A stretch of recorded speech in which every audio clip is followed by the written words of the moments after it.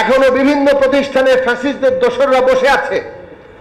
তারা এই বিচার কার্য, এই ন্যায় বিচারকে বাধাগ্রস্ত করার চেষ্টা করছে। তারা খুনিদের আড়াল করার চেষ্টা করছে।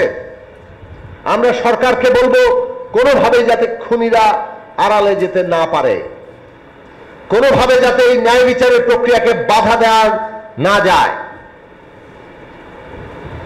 যদি বাধাই তারা দিতে পারে, যদি তারা খুনিদের আড়াল করতে পারে, আর আপনারা চুপচাপ বসে থাকেন, তাহলে আপনারা অভ্যুত্থানের উপর দাঁড়িয়ে এই সরকার গঠন করেছেন কেন?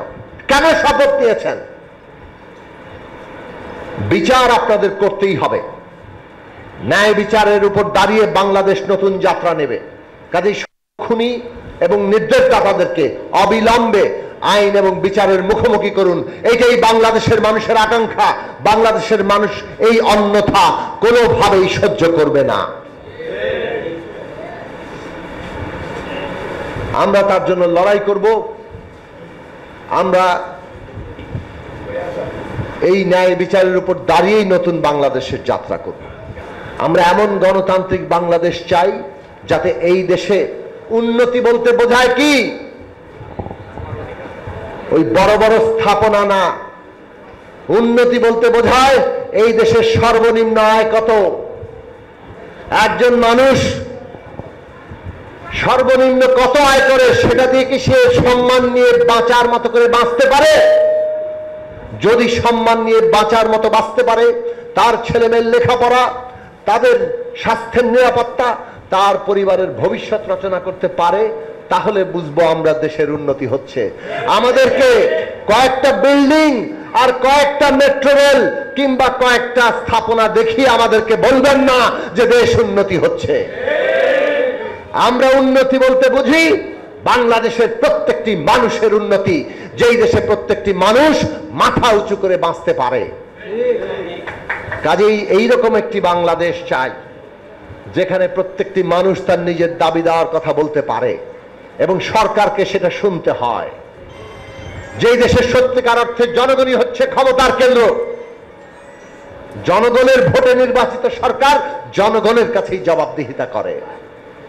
এইরকম একটি বাংলাদেশ গড়ার জন্য এই শহীদেরা, তারা আমাদেরকে দায়িত্ব দিয়ে গেছে। তাদের রক্তের ঋণ, তার সাথে কেউ যদি আমরা বেইমানি করি, তাদেরকে আপনারা প্রতিরোধ করতে ঐক্যবদ্ধ থাকবেন। আমরা বলেছি নতুন বাংলাদেশের যাত্রা একটা ন্যায় বিচারের উপর দাঁড়িয়ে হবে।